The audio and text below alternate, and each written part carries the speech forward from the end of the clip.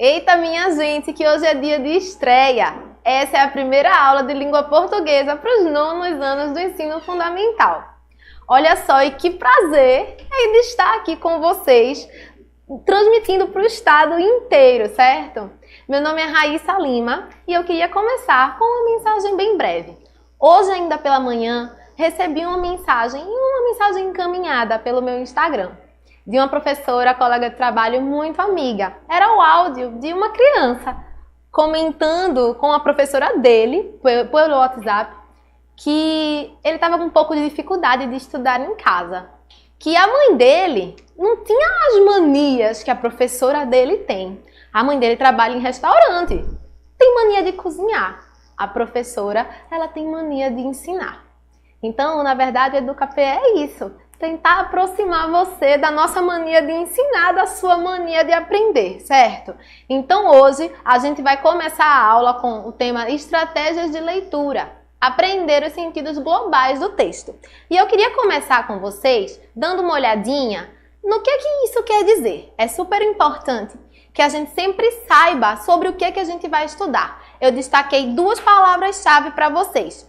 Apreender e global. Vai aparecer para vocês agora na tela maior. Então, olha só. Aprender nada mais é do que assimilar mentalmente, abarcar com profundidade, compreender, captar, certo? E global é relativo ao globo terrestre, mundial. Agora, olha a segunda definição, que é tomado ou considerado no todo, por inteiro, que se aplica a um conjunto. Certo? Então, o sentido nada mais é do que o significado. A gente vai tentar apreender, compreender um texto com todos os elementos e recursos que são essenciais para a sua compreensão total.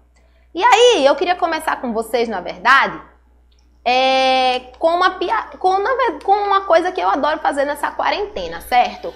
Eu sou viciada em ficar olhando essas imagenzinhas que aparecem assim, ó. O que é que você vê na imagem, certo? Vai aparecer para vocês aí, no formato maior, o que é que eu gosto. O que é que vocês veem nessa imagem? Olha só, se vocês são que nem eu, então, na verdade, primeiro vendo dois idosos, né? Eu queria convidar vocês a olharem um pouco mais atentamente para a sobrancelha do homem que a gente acha que é um idoso. E aí você consegue ver que, na verdade, a sobrancelha dele é um sombreiro, um chapéu, certo? E aí você consegue ver que, na verdade, tem um homem tocando aí um violão e tem uma mulher sentada ao lado dele. E, na verdade, o que você achava que era o cabelo da mulher idosa é parecido com uma cortina. Aí você vê logo ali atrás que tem outra mulher saindo de um portal. Por que eu trouxe essa imagem para vocês? Casa exatamente com o que a gente vai fazer hoje. O texto, ele é como se tivesse camadas, certo? Tem a primeira camada, que é aquela primeira coisa que a gente vê. E depois tem todas as minúcias, todos os detalhes que a gente tem que estudar um pouquinho mais atentamente. Mas a gente só consegue ter visão do texto inteiro se a gente conhecer os dois elementos. Então vamos lá, a gente vai começar nada mais justo do que com o processo de leitura de imagens. Aí você diz assim para mim, mas Raíssa, a leitura de imagens é algo que eu faço na aula de arte, não na aula de língua portuguesa. Como é que isso vai funcionar? Olha só, gente, leitura de imagens é super importante porque é um texto, certo? Então, a gente primeiro também pode trabalhar a leitura de imagens em língua portuguesa. E segundo, se você ainda não sabe, as disciplinas elas conversam entre si. Então, eu trouxe aqui para vocês, e vocês vão dar uma olhada aí agora, como tá grande na tela, uma imagem do artista turco, o Gurgalen.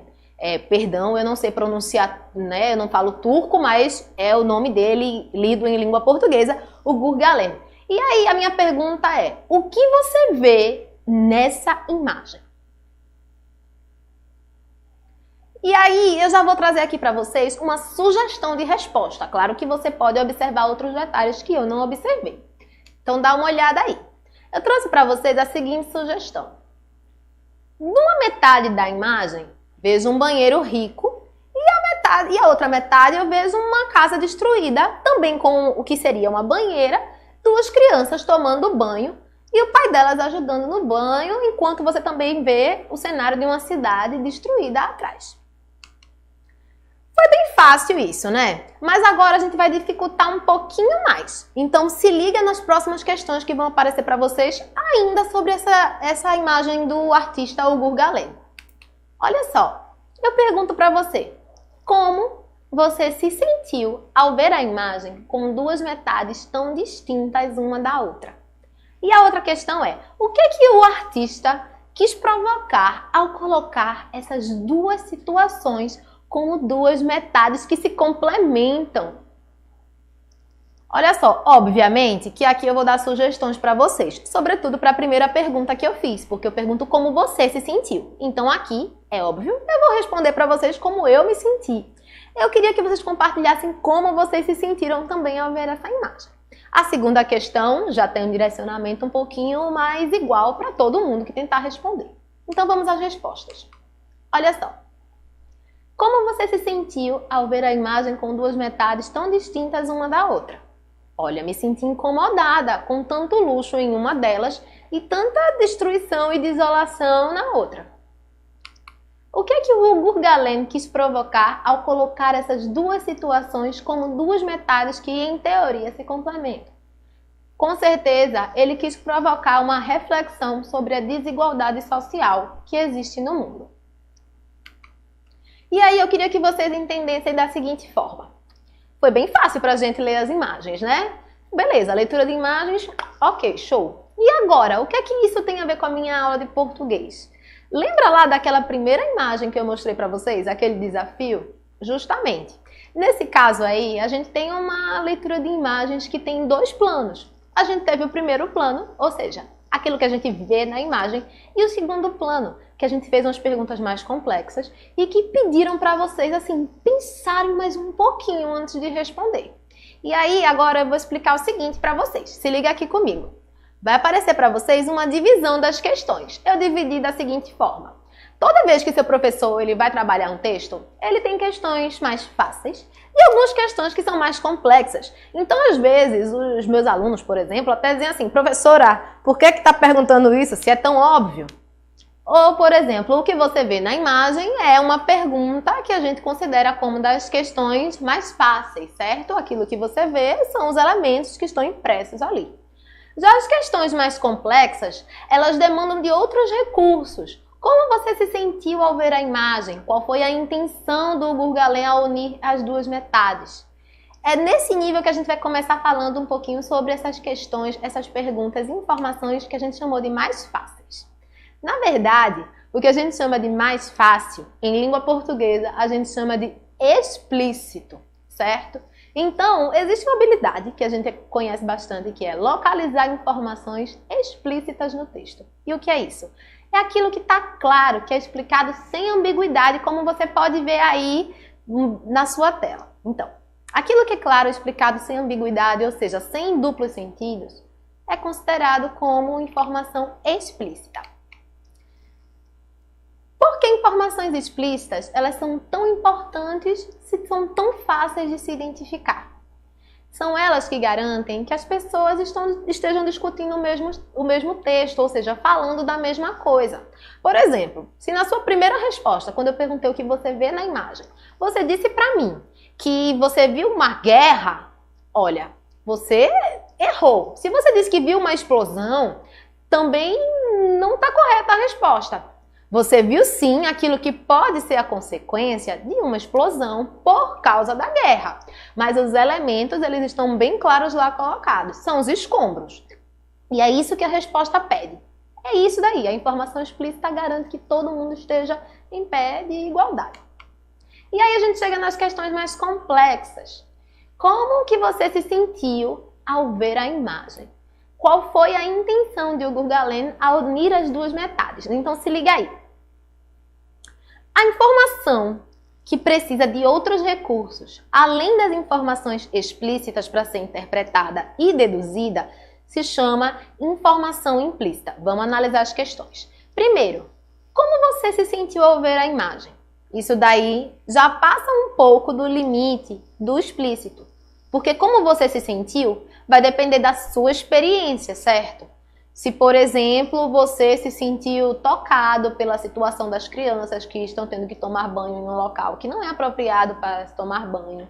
Ou se você se sentiu assim machucado, se sentiu revoltado com o luxo do outro banheiro, enquanto outros têm tão pouco, certo? Ou se você não sentiu nada, porque para você já está conformado, é assim mesmo. Então, todos esses recursos que você teve que ir buscar não são recursos que estão claros, não estão explícitos na imagem. Na verdade, o que você foi buscar foi experiências da sua própria vida para poder dizer o que é que você sentiu ao encarar aquela imagem. Já imaginar qual foi a intenção de Ugur Galeno ao unir as duas metades demanda da gente outra experiência, que são os recursos que a gente traz da nossa experiência de mundo e da experiência de mundo do Ugur Galeno. Então, olha só, se sem saber nada sobre ele, a gente já pode dizer que tem aí um confronto entre a desigualdade que existe, não é? Entre pessoas que vivem no meio da guerra e pessoas que vivem no luxo. Se eu disser para vocês que o Ugur Galeno mora numa região que é bem próxima da Síria, um dos países que mais sofre com a guerra, já muda totalmente para você a visão. Ou seja, essa questão para a gente responder sobre a intenção, qual teria sido a intenção do Ugur Galeno, nos pede outros recursos que não estão explícitos no texto. São recursos os quais a gente tem que pensar, voltar, raciocinar para poder responder. Então, olha só, eu trouxe uma dica para vocês, tá? Toda vez que você achar difícil trabalhar a palavra explícita ou implícita, pensa o seguinte, ex é para fora, certo? Por exemplo, o seu ex-namorado, você não quer que ele saia da sua vida? Então, para fora é aquilo que está claro, está lá no texto. Já o implícito é tudo aquilo que te demanda pensamento, que te demanda reflexão, ou seja, é algo mais internalizado, é algo que vem para dentro, certo? E aí agora a gente vai fazer um exercício aqui rapidinho, tá bem? Então eu trouxe um texto, já que vocês estavam com tanta saudade, né, que a gente trabalha leitura de imagens, eu trouxe aqui um texto e a gente vai ler esse texto juntos. Olha só, existe vida fora da Terra? Até onde se sabe, não. Não existe nenhuma evidência oficial, já que todos os casos registrados são apenas suposições. Mas isso não desanima os cientistas. É bastante razoável que exista vida fora da Terra. Só que as probabilidades diminuem quando procuramos por vida inteligente, conta Samuel Rocha de Oliveira, físico do Departamento de Matemática Aplicada da Unicamp. Para achar vida como a conhecemos, mesmo que formas primitivas, planetas com as mesmas características da Terra precisam ser encontrados. Satélites como o Corot e o Kepler caçam essas estruturas e, até junho deste ano, já haviam encontrado 563 delas. Mundo estranho. E agora, já se liga aí que vai aparecer para vocês uma perguntinha com as alternativas. Vamos lá que eu vou ler junto. Segundo o texto, existe vida na Terra? Letra A. Há vida fora da Terra, mas ainda não foram encontrados seres como o do nosso planeta. Letra B. Há vida fora da Terra, mas não inteligente como a do nosso planeta. Letra C. Não há nenhuma evidência oficial, apenas algumas suposições de vida fora da Terra. Ou letra D. Os satélites que caçam vida fora da Terra até hoje não encontraram nenhum tipo de ser parecido com os da Terra e nem planetas parecidos com o nosso. Então, olha só. Toda vez que você for procurar uma pergunta, a resposta, você tem que voltar para o texto, tá? E é exatamente isso que a gente vai fazer. Dá trabalho? Claro que dá, justamente. Mas olha só, a pergunta é, segundo o texto, existe vida fora da Terra? Vamos lá. Deixa eu voltar aqui para vocês. Existe vida fora da Terra? E ele diz, até onde se sabe, não existe nenhuma evidência oficial, já que todos os casos registrados são apenas suposições. A resposta é exatamente essa, tá bem no início do texto. Vou lá mostrar agora para vocês. E a alternativa ideal é a letra C. Não há nenhuma evidência oficial, apenas algumas suposições de vida fora da Terra. E aí eu queria convidar vocês, porque foi fácil responder isso, né? Mas eu queria convidar vocês para que a gente analisasse um ponto importante nessa pergunta. Observe que na pergunta ele colocou segundo o texto. Então veja só, segundo o texto, na verdade, é uma informação que vai estar lá, impressa nele. Você tem que procurar a evidência dentro desse texto. Você tem que voltar e procurar a frase correspondente que vai te dar a resposta exata disso daí. Então, você tem que ir lá e procurar a informação que mais se aproxima das alternativas e assim escolher a correta. Então, toda vez que você vê alguma coisa de segundo o texto, ou então segundo o cientista que foi citado no texto, você tem que buscar por uma informação explícita. É importante que você volte para ele e procure a sentença que demonstra essa informação de forma clara. Agora, a gente vai partir para um tipo de texto que eu adoro, certo? Mas que muita gente acha que é super fácil de analisar e eu vou provar para vocês que até é fácil, viu? Eu não acho que é difícil não. Mas ele pede uma malandragem aí. Se liga no texto.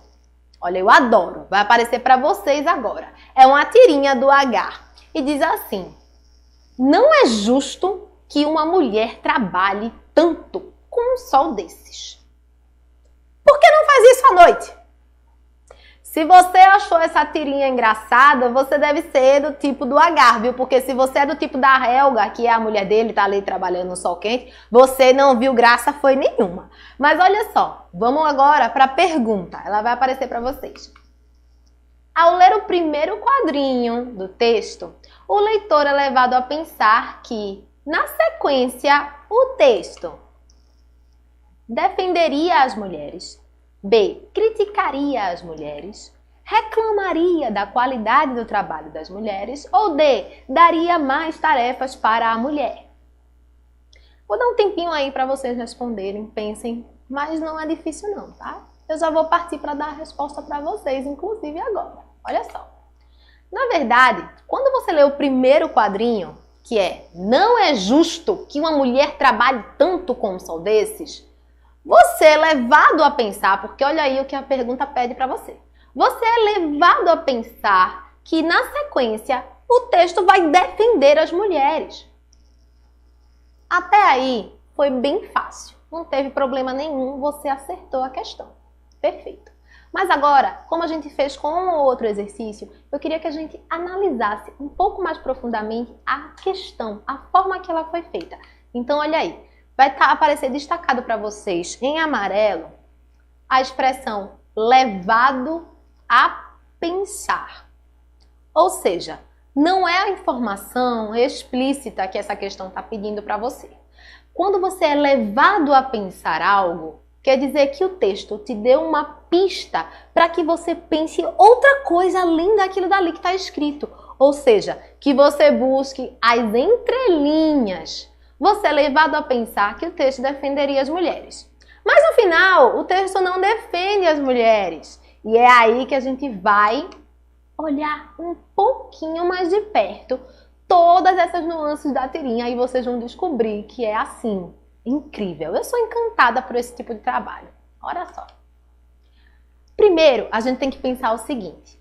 O objetivo da tirinha é fazer uma crítica a partir da estratégia do humor. Todo mundo sabe disso. Uma tirinha, ela existe, vai fazer uma crítica, mas ela vai fazer uma crítica que vai te fazer rir ou que vai te revoltar, mesmo tendo esse efeito de humor. Então, a gente tem que pensar o seguinte. Qual é a estratégia para fazer rir? Bom, a gente vai falar um pouquinho só do que se chama quebra de expectativa. O que é uma quebra de expectativa? Sabe aquela piada do pônei? Pônei eu? Pronto, é isso daí. Quando seu colega fala dessa piada do pônei tão sem graça, na verdade, né, você espera que ele conte uma piada sobre o animal pônei, mas ele acaba fazendo uma piada com linguagem. Então, acontece a mesma coisa na tirinha do H. Tem uma quebra de expectativa para poder ter um efeito de humor. Se no primeiro quadrinho você é levado a pensar que o H vai defender a mulher dele, vai dizer, não, pelo amor de Deus, não trabalhe nesse sol quente. E aí logo depois ele diz, por que não faz isso à noite? Né? Ele não defende a mulher, não libera ela do trabalho. a gente tem que pensar o seguinte. A tirinha trabalhou numa informação implícita. Você leu até o primeiro quadrinho e achou que o H ia dizer aquilo. E aí, a quebra de expectativa, ou seja, o efeito de humor se dá porque ele trabalhou aquilo que você achava que era uma informação implícita com uma informação explícita. O sol, na verdade, e a noite. Ou seja, isso é informação clara que está aí no texto. Mas você é levado a pensar que ele vai defender o direito das mulheres de ter condições dignas de trabalho. E aí, sem esse seu trabalho mental, o sentido do texto iria se perder. Entenderam por que é tão importante que, além de saber que existem níveis diferentes de informação, claras e nas entrelinhas, é importante que a gente consiga reconhecer como que elas são usadas para a gente compreender o texto no seu sentido global. É importantíssimo que a gente seja maroto, que a gente tenha malandragem na hora de ler um texto. Não é por nada não, mas sempre vai ler um texto desconfiado, porque aí sim a leitura é supimpa, maravilhosa. Então olha só, você tá achando difícil demais? Foi muita informação para sua cabeça? Eu sei, viu? Porque não faz muito tempo que fui aluna, então a gente tem que trabalhar assim num resumo agora. Vamos resumir o que a gente já viu até aqui. Então olha só, se liga aí. Vamos imaginar que o texto é como um mistério a ser desvendado, meu filho, e você é o detetive. Então, como é que um detetive ele trabalha? Primeiro, ele precisa ter evidências para começar a busca, ou seja, para começar a solução do mistério. Então, essas seriam suas informações explícitas. Você tem aquelas primeiras pistas que estão na cara. Mas aí, no meio do caminho, novas pistas vêm aparecendo. O detetive faz novas conexões entre as informações. Essas conexões que são feitas e descobertas, que estavam lá guardadas, são as suas informações implícitas. E aí, é claro, você precisa das evidências e dessas conexões do explícito e do implícito para compreender e interpretar bem o seu texto. Mas aí você já olha para mim e se pergunta, Raíssa, o que é interpretar e compreender bem um texto? Porque eu achei que o que eu fazia até hoje estava ok, né? Estava tranquilo e agora estou chocado. Então, olha só. Interpretar bem um texto não é somente identificar aquilo que é implícito e explícito, mas sim conseguir identificar isso de forma relacionada àquilo que é a finalidade, o objetivo do texto, tá bem? E é aí que a gente vai passar para o que eu chamei de novas fronteiras. Se liga aí. Além das informações implícitas e explícitas, a gente tem que pensar no seguinte.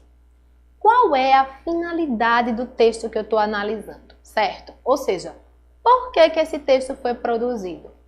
Do que esse texto fala principalmente? De que forma o texto abordou esse assunto principal? Ou seja, além de identificar aquilo que é implícito e explícito, essas três perguntinhas que vão aparecer daqui para frente, que serão suas companheiras eternas, certo? São essenciais para que a gente consiga entender o sentido global do texto. Vamos lá? Vamos ver, dar uma olhada num exemplo agora, tá bem? Olha só, eu trouxe para vocês um texto um pouquinho maior, certo? De uma notícia. Vamos ler juntos.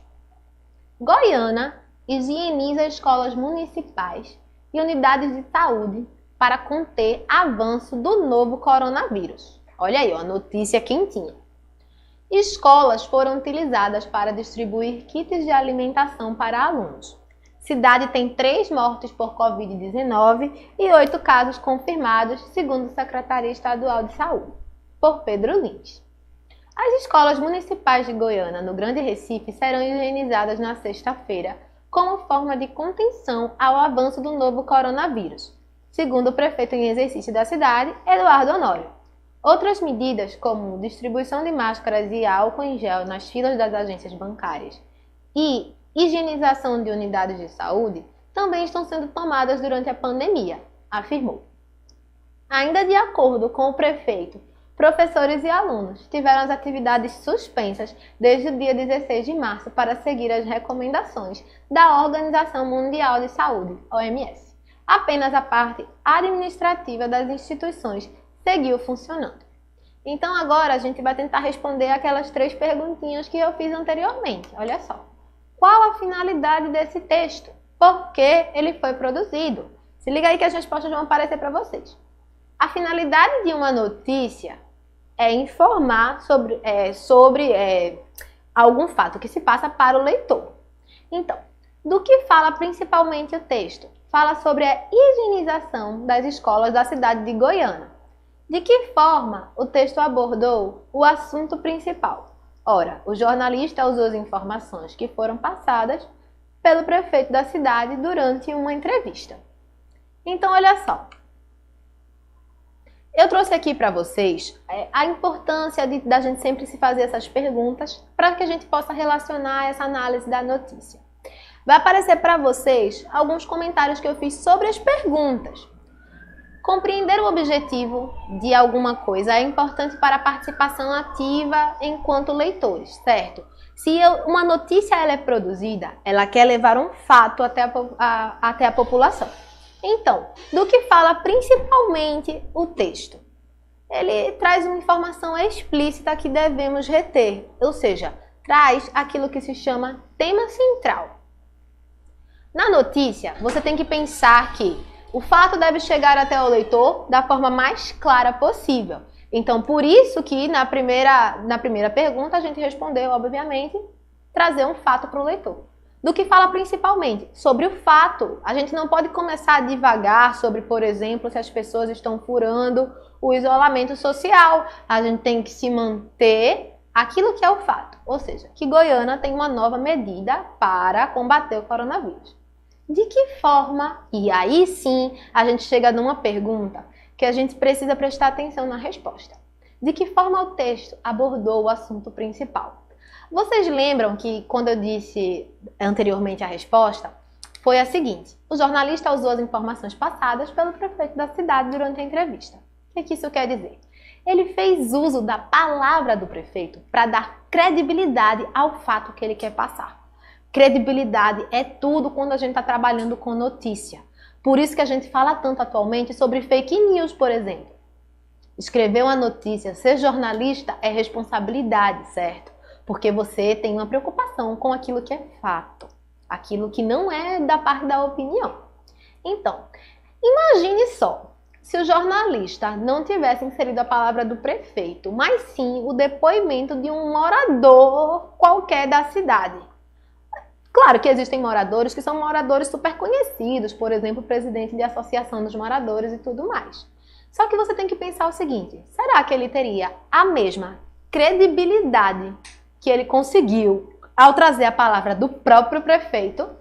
Olha, eu tenho a opinião de que a palavra do prefeito, que é quem administra a cidade, é um pouquinho mais segura, mais forte do que a de um morador qualquer.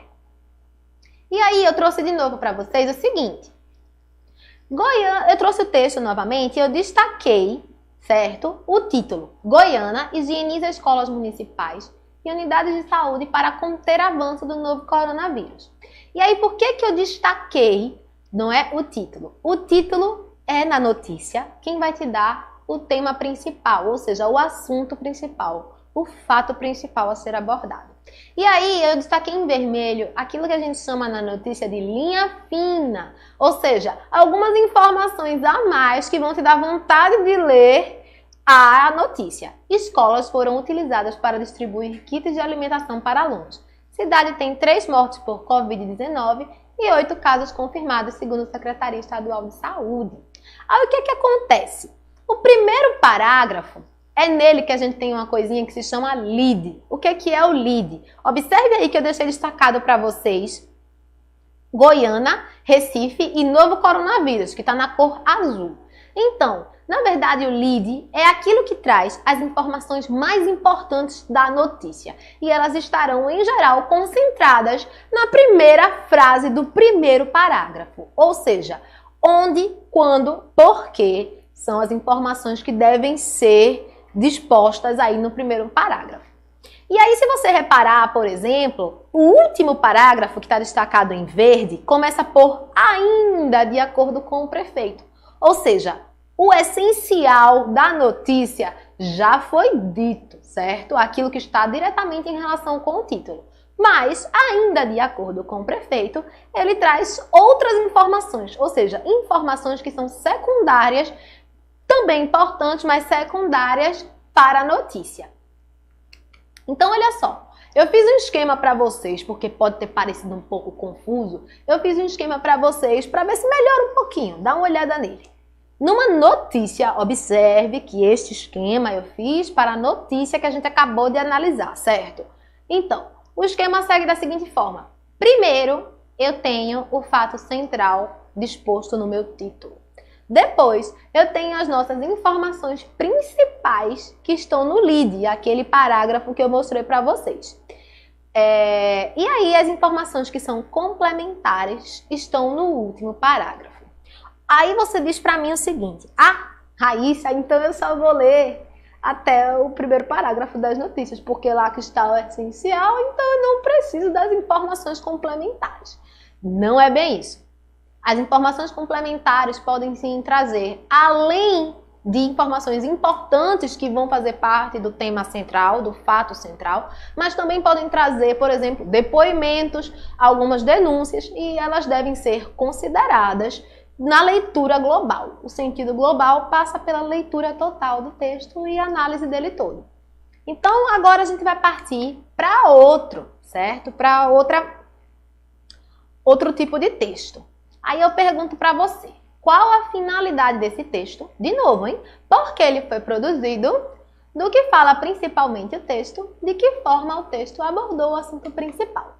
O texto que eu trouxe para vocês é o seguinte: uma fotoreportagem. Você sabe o que é uma fotoreportagem? É quando a gente faz uma reportagem, só que a partir de fotos. E eu trouxe essa daqui para vocês.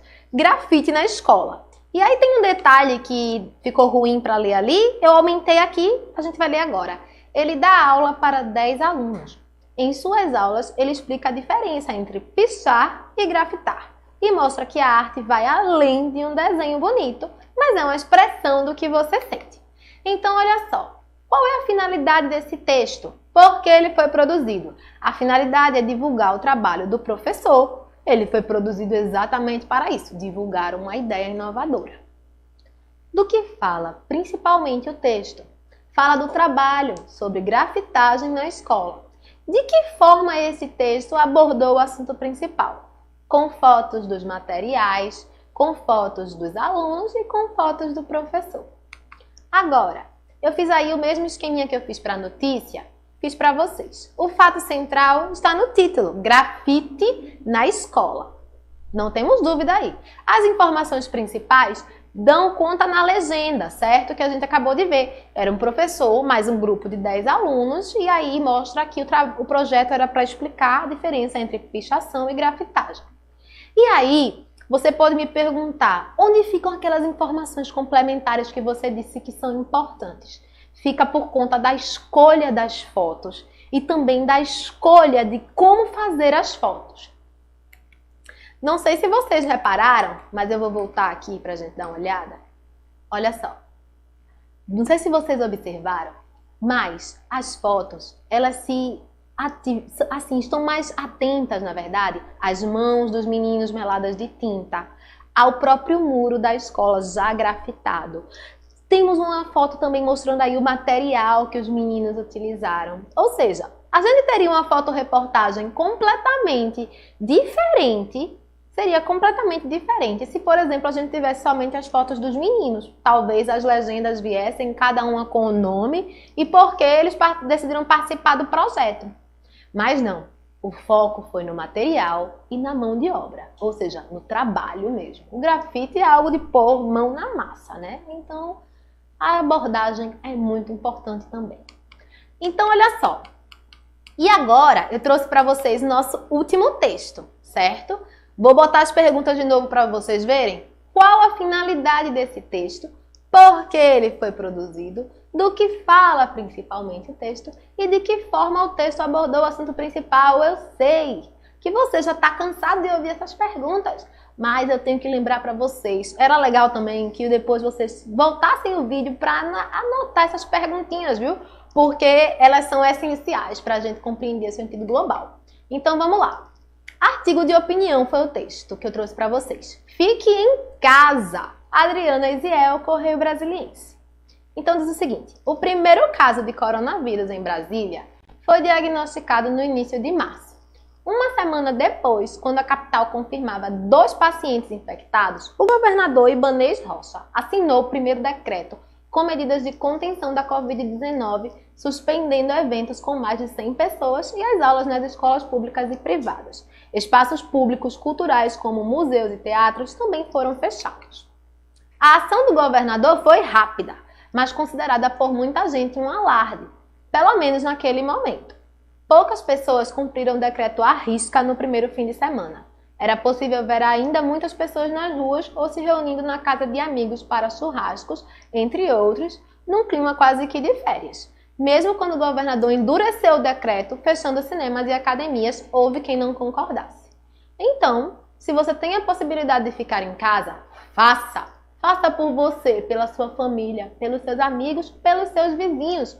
Faça por quem não tem como ficar em casa neste momento por estar levando a você uma série de serviços. Seja a notícia correta e apurada, que lhe ajuda a não entrar em desespero com o número de fake news circulando nas redes sociais. Seja tratando de todos os pacientes com a Covid-19 e tantas outras doenças que não dão trégua nem em tempos de coronavírus.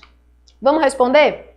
Então, a finalidade é a seguinte: esse texto, como é um artigo de opinião, ele foi produzido para convencer as pessoas que podem ficar em casa, certo? Pois essa ainda é a forma mais eficaz de prevenir a doença. Do que é que ele fala principalmente? Das medidas de isolamento que foram adotadas pelo governador de Brasília. De que forma o texto abordou o assunto principal? Aí é que você tem que observar o seguinte: claro que é a opinião da autora que a gente vai ter aqui, só que ela usou argumentos muito fortes. Se você reparar, os 2 primeiros parágrafos, ela na verdade trouxe informações oficiais, certo, do governo de Brasília, e aí depois ela apontou o ponto de vista dela lá, em que ela faz o seguinte apelo, não é? Fique em casa. Então, se você pode, fique em casa. Ou seja, o esqueminha ficou assim para o artigo de opinião. O tema central, que ainda está lá no título. E aí, a gente tem os argumentos como parte essencial que a gente leia e compreenda e analise de forma atenta para saber se são argumentos fortes ou não. Nesse caso, ela trouxe as medidas do governador. E a gente tem aqui um apelo final, ou seja, um verbo no imperativo, um pedido. Deixa eu voltar um pouquinho para vocês darem uma olhadinha, para a gente dar uma olhadinha aqui, ó. Se liga aí, esse aqui foi o último parágrafo. E aí, além da opinião dela, vem tudo que ela vai justificar. Então, se você tem a possibilidade de ficar em casa, faça. Ou seja, é esse faça aí que está no imperativo e casa perfeitamente com o título do artigo de opinião. Não sei se vocês lembram do título do artigo de opinião, mas se chama Fique em Casa, certo? E aí, eu tenho uma sugestão, eu espero assim, que tudo que a gente falou aqui hoje sobre as informações explícitas e implícitas, sobre essas perguntinhas aí que são simples, que não parecem nem assim algo complicado de fazer, como elas fazem toda a diferença para que a gente possa interpretar bem um texto. Eu queria que você aí depois tomasse coragem e escolhesse um dos textos que a gente trabalhou aqui hoje, uma notícia. Você pode até produzir uma tirinha ou então a fotoreportagem. Eu acho até que eu vou fazer a fotoreportagem, porque imagina só a gente fazer uma fotoreportagem com o cotidiano da casa, produzir uma legenda bonita, fazer só com objetos que a gente usa em casa. E aí com o celular mesmo, tu cria a legenda, posta isso no Instagram e vai fazer muito bonito, viu? Então, pessoal, eu acho que para a estreia, não é, apesar do nervosismo conseguir, eu acho que agora a gente pode ir para as perguntas. Sim, podemos! A produção está dizendo que podemos. Estou aguardando, vou beber uma aguinha aqui.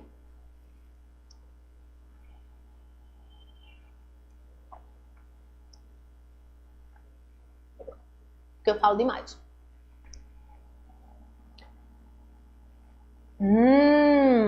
Para Pablo, existe algum livro que apresenta os vários tipos de estratégias de leitura? Olha, Pablo, eu tenho uma coisa para dizer para você. Eu não conheço nenhum livro, não, que apresente diversos tipos de estratégia de leitura, porque a estratégia de leitura, na verdade, é você que vai criar, certo? Então, por exemplo, eu, como estratégia de leitura, indico sempre a gente começar por essas perguntinhas básicas. O que é que eu consigo ler de primeira, assim, no texto, certo? O que é que tem ali no texto que eu consigo identificar rápido? E aí, depois eu parto para a análise, não é daquilo dali que eu encontro nas entrelinhas. Mas um livro com todas as estratégias de leitura, não tem não. Sabe por quê? Porque texto não é receita pronta, sabe? Cada texto tem uma pegada diferente, cada texto tem uma estratégia diferente, porque cada mente é uma mente. E aí, a estratégia talvez a melhor seja essa. Vai como detetive. Começa por aquilo que está materialmente ali, que tu consegue ler. Depois tu vai para aquilo que ele talvez quis dizer, como é que ele trabalhou isso. E aí eu acho que sai tranquilo. Não esquece sempre de saber qual é a finalidade do texto, para quem que aquilo ali está sendo escrito. Mas assim, uma estratégia, um livro com todas as estratégias, eu acho que não tem não. Olha só. E agora a professora Welda, da EREM Pau Brasil. Então vamos lá. Gostaria que, por gentileza, reforçasse um pouco mais sobre implícita e explícita para meus alunos do nono A e nono B, para que eles compreendessem um pouco mais. Maravilhosa aula! Nossa, muito obrigada! Que bom que você gostou. Vou voltar então. Olha só, a informação explícita é aquilo que vem escrito no texto. Aquilo do que você não depende de buscar instrumentos, assim, recursos. Você não precisa pensar além daquilo que está no texto. Então, como a gente viu anteriormente no texto, que era um texto científico, inclusive, sobre existe vida fora da Terra? Sim ou não? O que o texto diz? O que o texto diz tem que estar no texto. Já o implícito é aquela informação que está na entrelinha, aquilo que não está dito. Por exemplo, não estava dito no artigo de opinião que a gente acabou de ler, não estava dito assim: você que não acredita que ficar em casa resolve para diminuir o contágio do coronavírus, você está sendo criticado nesse artigo. Ela não disse dessa forma. Então, o implícito, essa informação está lá. Ela está criticando a pessoa que fura o isolamento, tanto que ela citou. Mesmo com o endurecimento, tivemos pessoas que furaram. Então, o implícito está. A crítica existe, ela está criticando, inclusive, de forma contundente, mas ela usou outros recursos. Ela foi tentando convencer a pessoa de outra forma, mostrando dados, por exemplo, sobre o aumento do número de casos. Então, é importante que o implícito a gente lembre que ele depende, além de recursos externos, que ele depende de um raciocínio um pouquinho maior. A informação, ela está no texto, mas ela não está lá de forma clara, nítida. A gente tem que fazer relações entre aquela parte do texto, outras partes do texto, outros textos e, inclusive, a experiência pessoal da gente. Espero ter explicado bem, se não, pode botar mais perguntas. Antônio, qual é mesmo a importância das estratégias de leitura? Excelente pergunta, Antônio. Sabe, a gente vive numa sociedade na qual a gente é rodeado de texto o tempo inteiro. O tempo inteiro. Você entra na internet, tá lendo. Você tá escutando o podcast, tá lendo. Você tá no WhatsApp, tu tá lendo.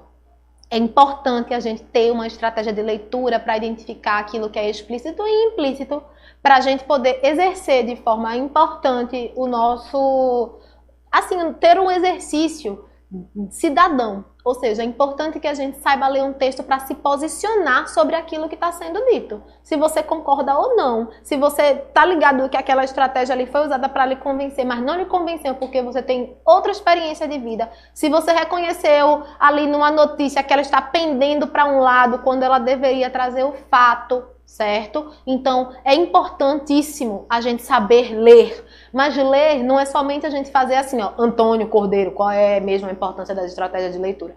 Se você se perdeu durante a minha aula, Antônio, é importante, muito importante que você volte, viu? Porque ler tem que estar no sangue. E não é somente ler assim, identificando B com abá, L com alá, bala. Você tem que saber que, por exemplo, bala pode ser usado como confeito, pode ser usado também num outro contexto, por exemplo, no Rio de Janeiro, certo? É muito importante saber ler. E aí, tem mais alguma? Vamos lá. Isabel, de Piedade, quais são as estratégias de leitura mais indicadas pela senhora? Então, Isabel, já comentei, mas eu volto um pouquinho para você.